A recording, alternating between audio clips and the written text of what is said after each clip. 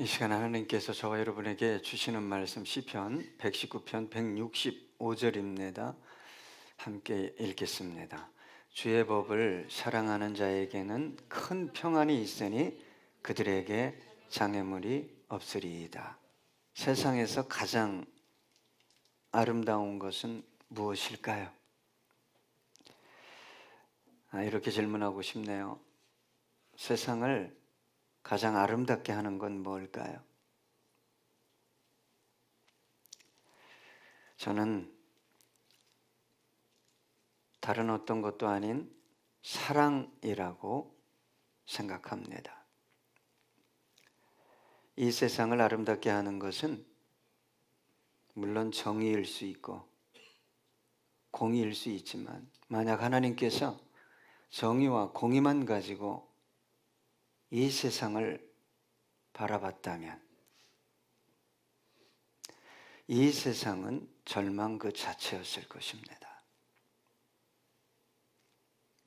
저와 여러분을 가장 아름답게 하는 게 뭘까요? 저와 여러분의 가정을, 교회를, 이 민족과 온 인류를 가장 아름답게 하는 것은 사랑일 것입니다. 사랑보다 더 아름다운 것은 존재하지 않습니다. 여러분, 진정으로 사랑해 보셨어요? 누군가를 온 마음을 다해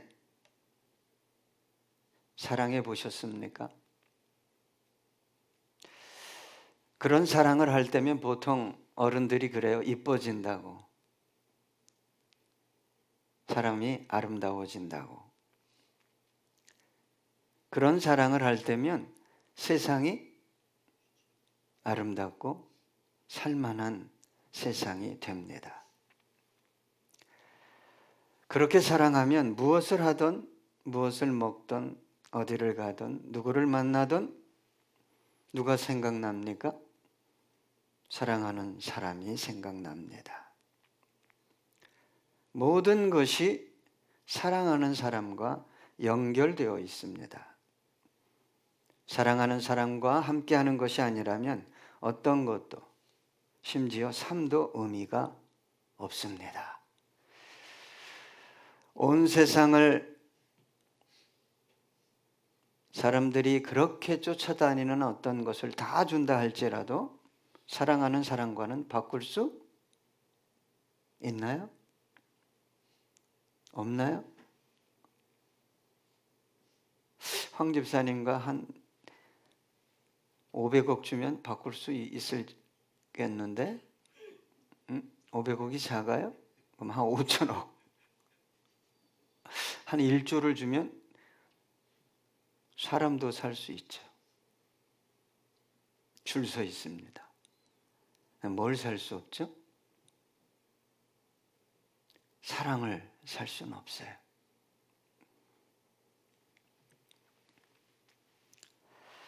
여러분, 세상 모든 것, 내가 소유한 모든 것을 잃는다 할지라도 사랑하는 사람과 함께 할 수만 있다면 그것을 선택하는 것이 사랑이죠. 그런데 참으로 안타까운 것은 사랑을 단순히 육체적인 욕망을 이루는 도구로 생각하는 사람들이 지나치게 늘어나고 있다는 거예요. 특별히 이 시대를 살아가는 젊은이들 사이에 사랑이라는 말이 지나치게 쾌락적이요, 자기중심적이요, 이기적으로 인식되어 가고 있습니다. 여러분, 사랑하기 때문에 내가 지금 모든 것을 다 주어도 아깝지 않기 때문에 배우자를 선택해야 하지 않겠어요? 그런데 계산해 보니까 내가 보이기에 이런 조건이면, 이 정도면 나에게 유익할 거야.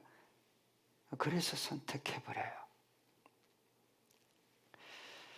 여러분, 사랑이 요즘은 환경이요, 소유요, 능력으로 재해석되고 있어요. 여러분, 그런 게 사랑이라면 무엇을 사랑하는 거죠? 그 사람을 사랑하는 것이 아니라 그 사람의 소유, 능력, 배경, 환경을 사랑하는 거죠. 자신이 무엇을 사랑하고 있는지도 모르면서 사랑한다고, 그것이 사랑이라고 말하는 시대예요. 그리고 그 조건을 자랑합니다. 우리 며느리는, 우리 사위는. 아름다운 속사람, 인격을 자랑하지 않습니다. 그 사람 자체가 아니라 그 사람이 소유한 어떤 것을 자랑한다, 이 말입니다. 이런 사랑의 위험성은 사랑이 자신의 유익과 만족에 있기 때문에 자신을 희생하면서까지 사랑하지 않는다는 거예요. 그럴 필요가 없다는 거예요. 왜요? 내가 원하는 어떤 조건을 충족시키기 위해서 선택했기 때문에. 여러분,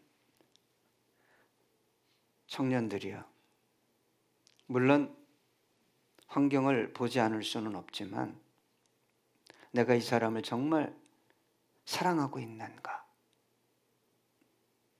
사랑은 죽음보다 강하다고 전도서에서 얘기하고 있어요.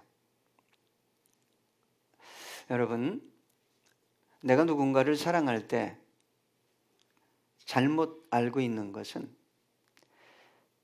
그 사람의 조건을 사랑하면서 자신은 사랑하고 있다고 생각하는 거예요. 그것은 진정한 사랑이 아니죠. 왜요? 왜 그럴까요? 내가 원했던 조건이 사라질 때 사랑했던 감정도 함께 사라질 것이기 때문이죠. 저는 어느 날 TV를 보는데 아내가 아주 작아요. 6살, 7살 정도 키예요. 요만해요. 남편이 항상 아내를 업고 다녀요. 안고 다니고. 장애가 있어서. 그리고 가정에 오면 음식도 청소도 다 남편이에요. 어느 날 이 아내가 애를 낳네요. 그러니까 남편의 일이 2배는 늘어났어요. 외출할 때도, 직장에서 일이 끝나고 집에 들어와도 일이 2배예요. 근데 엄청 행복해해요. 왜요? 사랑하기 때문에.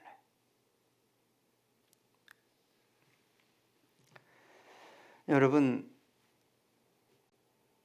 TV를 보더라도 무엇을 보더라도 주님과 진리와 연결해서 봐야 합니다.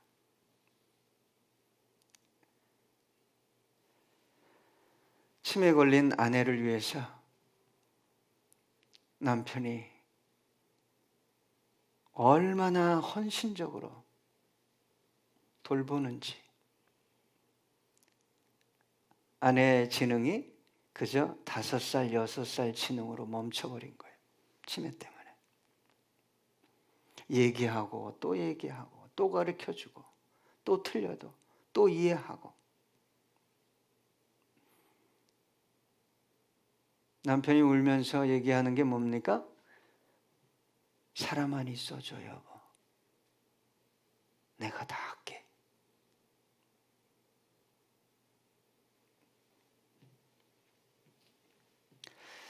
여러분, 외모나 능력이나 배경이 필요 없다고 말하는 것은 아닙니다.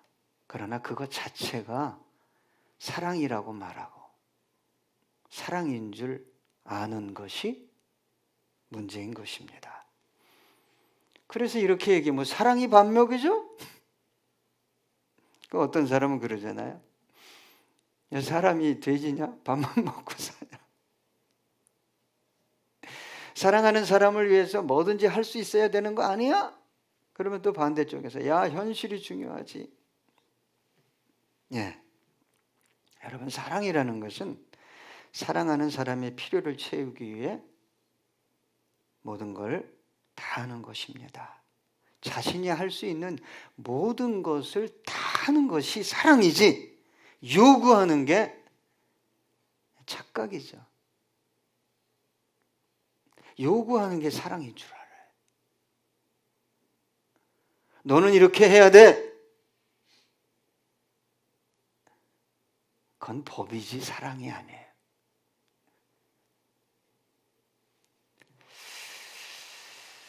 여러분, 부모님이 저와 여러분을 사랑하셨어요. 뼈가 으스러지는 육체적 고통을 감내하시고, 때로는 마음이 무너지고 깨지는 심적 고통까지 다 감내하시면서 사셨어요. 왜요? 자녀들을 사랑하니까. 그렇게 사는 거예요. 그것이 강요해서 되는 행위가 아니죠. 여러분, 사랑한다면 사랑하는 사람을 위해서 수고하는 것을 억울한 일이라고 생각할까요? 자녀를 사랑하고 남편을 사랑하고 아내를 사랑해서 남들보다 더 수고하고 헌신하는 것을 참 억울하다. 그건 사랑이 아닐 것입니다. 우리 그리스도인들에게도 그런 사랑이 요구됩니다. 기독교의 핵심은 사랑이에요. 사랑 없는 기독교는 존재할 수 없습니다. 그리스도인은 하나님과 이웃을 사랑해야 합니다. 그러나 먼저는 누굴 사랑해야 하죠? 하나님을 사랑해야 합니다. 하나님을 사랑할 때 온전한 사랑이 이웃에게 흘러갈 수 있기 때문에 하나님을 사랑해야 돼요. 그렇다면 여러분, 하나님을 어떻게 사랑해야 한다고 생각하십니까? 어떤 수준으로 사랑해야 된다고 생각하십니까? 마태복음 22장 37절로 38절 보니까 예수께서 이르시되 내 마음을 다하고 목숨을 다하고 뜻을 다하여 주 너의 하나님을 사랑하라 하셨으니 이것이 크고 첫째 되는 계명이에요. 사랑은 그런 거죠. 목숨을 다하고 뜻을 다하고 힘을 다하고 마음을 다하고. 여러분, 무엇 때문에 하나님을 사랑하십니까? 이것은 아주 중요한 질문입니다. 사랑한다고, 하나님을 사랑한다고 말하면서도 어떤 조건 때문에 사랑하는 사람들과 같이 하나님을 사랑할 수 있기 때문이에요. 이것은 하나님을 사랑하는 것이 아니라 하나님으로부터 오는 어떤 것을 사랑하는 거예요. 하나님을 진정으로 사랑한다면 하나님 자신을 사랑해야 되겠죠.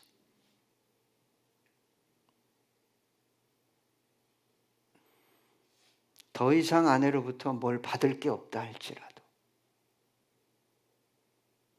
남편으로부터 나는 당신 존재 자체가 내 삶의 의미야. 그게 사랑 아닐까요? 하나님은 인격적인 사랑을 하실 뿐만 아니라 인격적으로 사랑받기 원하십니다. 하나님의 마음을 고통스럽게 하면서도 하나님을 사랑한다고 말하는 사람들이 너무 많아요. 한번 생각해 보세요. 한번 잘 생각해 보세요. 사랑하는 사람이 원치 않는 말과 행동을 끝없이 반복하고 그것도 열심히 해. 그러면서 사랑한다고 말해.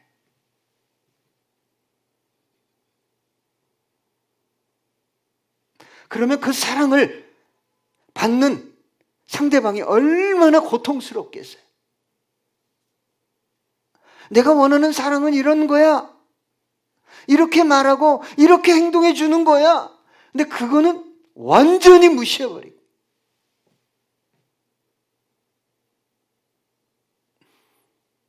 일방통행, 내 식대로만 하겠다는 거죠. 여러분, 하나님을 사랑하기 원한다면 감정적으로 다가서면 안 됩니다.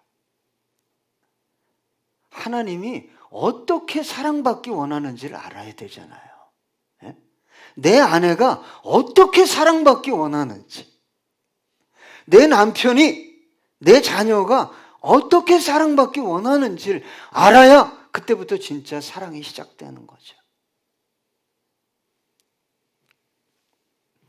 여러분, 성경은 이렇게 말합니다. 요한일서 5장 3절, 하나님을 사랑하는 것은 이것이니 우리가 그의 계명들을 지키는 것이라 그의 계명들은 무거운 것이 아니로다. 여러분, 하나님을 사랑한다고 말하면서도 성경을 덮어놔요.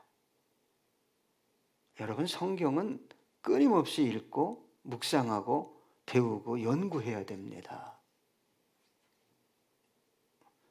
오늘 본문에 보니까 뭐라고 기록되어 있어요? 주의 법을 사랑하는 자에게는, 주의 법을 사랑하는 것이 곧 누굴 사랑하는 거예요? 하나님을 사랑하는 거예요. 여러분, 남편을 존중하는 것은 남편의 말을 존중하는 것이죠. 난 남편을 사랑해. 그런데 남편이 말하는 건 하나도 경청하지 않아.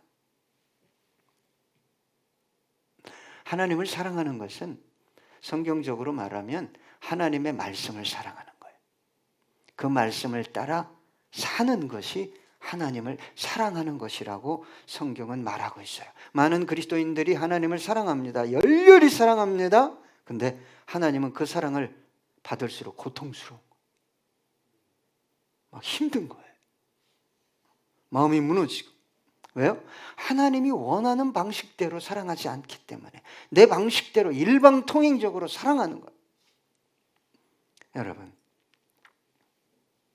남편이 가끔 한 잔 먹고 아니면 뭐 기분이 좋아서 이런 말 하면 내가 당신을 얼마나 사랑하는지 알아?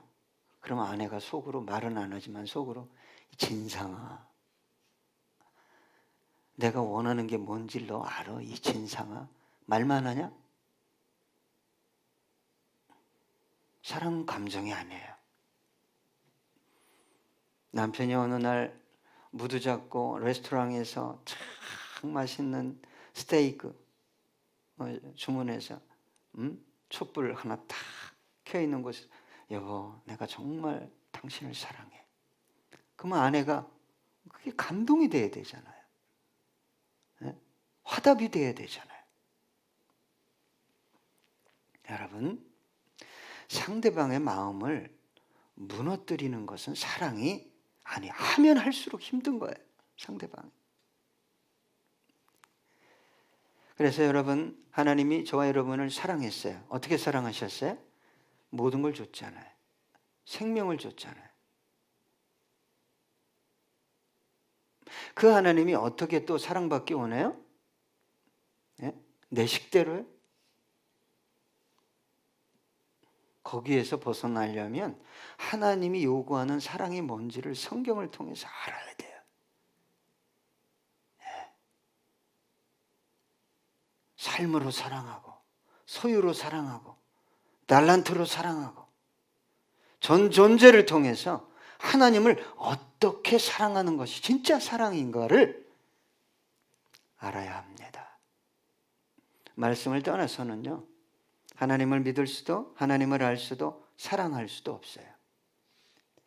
말씀 없는, 말씀을 떠난 사랑은 사랑이 아니에요. 사랑이 아니에요. 그것은 하나님의 마음을 계속 무너뜨리는 사랑이에요. 말라기 1장 10절에 보니까 만군의 여호와가 이르노라 너희가 내 제단 위에 헛되이 불사르지 못하게 하기 위하여 너희 중에 성전 문을 닫을 자가 있었으면 좋겠도다. 내가 너희를 기뻐하지 아니하며 너희가 손으로 드리는 것을 받지도 아니하리라. 뭔지를 아셔야 돼요. 뭘 받으실까? 여러분, 하나님을 사랑하는 것은 곧 뭘 사랑하는 거예요? 말씀을 사랑하는 거예요. 온 마음을 다해, 정성을 다해, 힘을 다해. 그런데 여러분, 왜 그렇게 되지 않죠? 말씀보다 더 사랑하는 게 있거든. 말씀보다 더 사랑하니까, 하나님보다 더 사랑하는 것이 있으니까 이게 문제를 일으키는 것이죠. 그래서 저 영혼이 정말 아름답다. 하나님이 저 영혼과 함께 한다는 것은 단순히 감정적으로 입술로 사랑하는 것이 아니라 진리에 근거해서 하나님을 사랑하는 영혼 보면요, 빛이 납니다. 고난이 와도 역경이 와도 문제될 것이 없어요. 왜? 전능하신 하나님의 능력과 지혜와 영광이 그를 통해 흘러 내려갈 것이기 때문에 두려울 게 없어요. 참으로 안타까운 게 뭔 줄 아십니까? 하나님을 사랑한다고 그렇게 고백하면서 하나님의 말씀을 사랑하지 않아요. 여러분, 어떻게 그렇게 살 수 있어가 아니라 말씀을 쫓아 살 수 있는 은혜와 능력을 구하셔야 돼요. 하나님을 사랑한다고 하면서도 나를 더 사랑해. 내 자존심을 더 사랑하고 내 육체를 더 사랑하고 얼마 남지 않은 이 인생, 이걸 더 사랑하고. 디모데전서 6장 7절 10절 보니까 우리가 세상에 아무것도 가지고 온 것이 없음에 또한 아무것도 가지고 가지 못하리니 우리가 먹을 것과 입을 것이 있은즉 족한 줄로 알 것이니라. 부하려 하는 자들은 시험과 올무와 여러 가지 어리석고 해로운 욕심에 떨어지나니 곧 사람으로 파멸과 멸망에 빠지게 하는 것이라. 돈을 사랑함이 일만 악의 뿌리가 되나니 이것을 탐내는 자들은 미혹을 받아 믿음에서 떠나 많은 근심으로써 자기를 찔렀도다. 여러분, 하나님이 전능하신가요? 정말 모든 것을 주기 원하시나요? 그런데 여러분, 소유라는 것, 돈이라는 것은 얼마나 큰 능력이 있냐면 우리 주님께서 친히 제자들에게 말씀하셨어요. 하나님과 돈을 겸하여 섬길 수 없다. 그만큼 강력한 것입니다. 섬기다라는 단어는 노예가 되다. 여러분, 하나님의 이름을 막 부르고 예배드리고 간구하고 하나님을 찾는 이유가 단순히 돈이라면 그것은 하나님을 찾는 게 아니에요. 하나님을 찾는 게 아니에요. 여러분, 왜 하나님께서 말씀을 사랑하라고 하실까요? 그게 하나님을 사랑하는 거예요. 말씀을 떠난 사랑은 사랑이 아닙니다. 그리고 여러분, 말씀 안에 하나님의 모든 축복과 능력과 지혜와 영광이 들어있기 때문이에요. 오늘 본문은 이렇게 얘기합니다. 주의 법을 사랑하는 자에게는 큰 평안이 있으니 그들에게 장애물이 없으리이다. 여러분, 어떤 성도는 그래요. 너무 피곤해요. 말씀 살지도 못하는데 왜 이렇게 강조하세요? 여러분, 그리스도인의 삶이 피폐하고 지나치게 힘든 이유는 말씀을 떠났기 때문이요, 말씀을 모르기 때문이에요.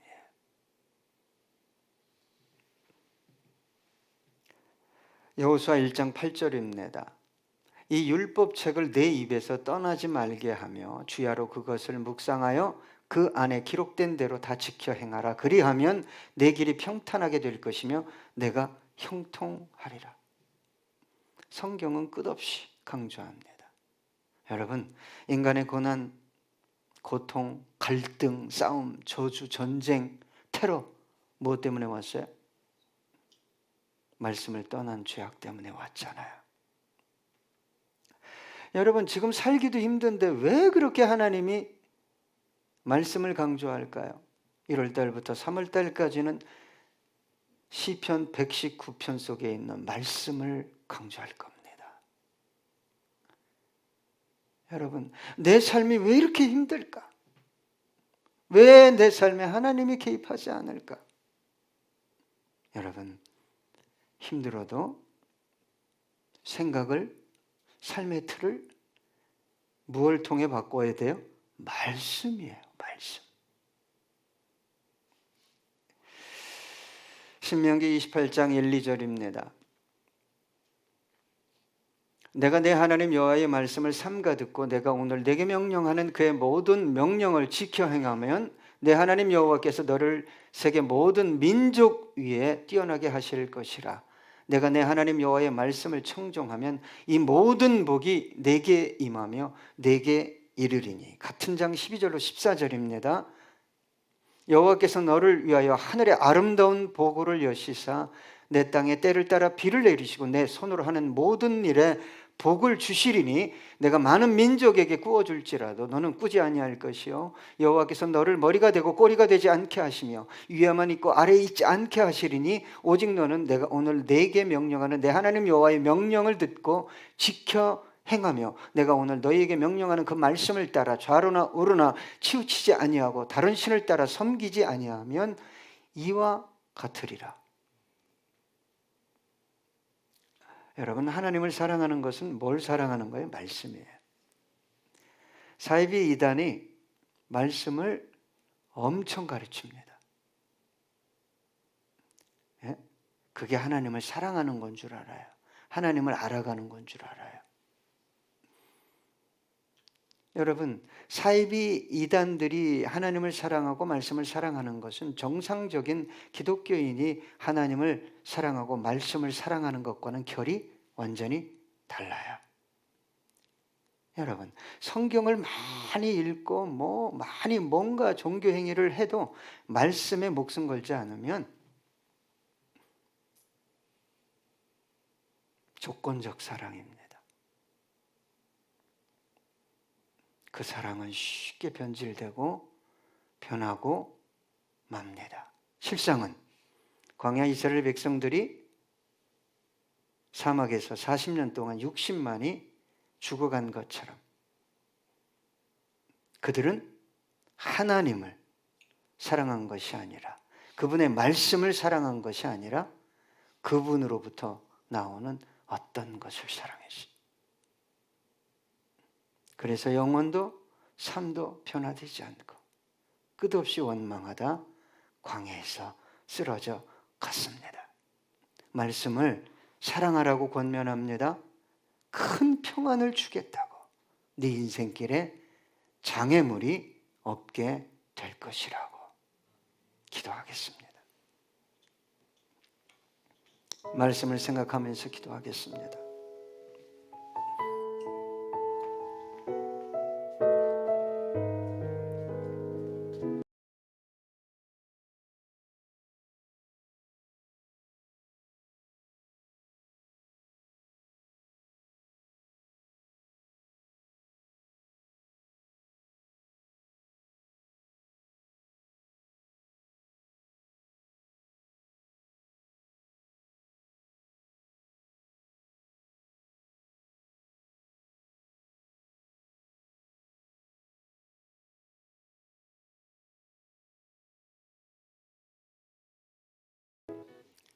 주의 법을 사랑하는 자에게는 큰 평안이 있으니 그들에게 장애물이 없으리이다. 주님, 우리의 신앙을 돌아봤습니다. 주님을 사랑한다고 고백하면서도 주님이 주신 말씀을 사랑했는지 마음을 다해, 힘을 다해, 목숨을 다해 그 말씀을 따라갔는지 돌아보면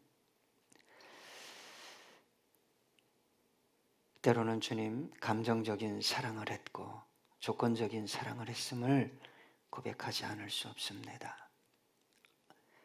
주님, 이제라도 우리의 영혼과 삶이 회복되어지길 원합니다. 하나님, 말씀을 사랑할 수 있도록, 말씀 안에서 사랑으로 가정을, 지체를 바라볼 수 있도록 역사해 주셔서 우리 교회 안에, 우리 성도님들 안에 세상이 줄 수도 알 수도 빼앗을 수도 없는 큰 평안이 자리하게 하시고, 또한 산업과 자녀와 삶의 터전에 장애물이 제거되는 역사를 베풀어 주옵소서. 경험하기 원합니다. 성령님 도우시고 인도해 주시옵시고, 당신을 사랑하듯 당신이 주신 말씀을 그렇게 사랑하는 우리 성균교회 모든 성도님들 되게 해 주시옵소서.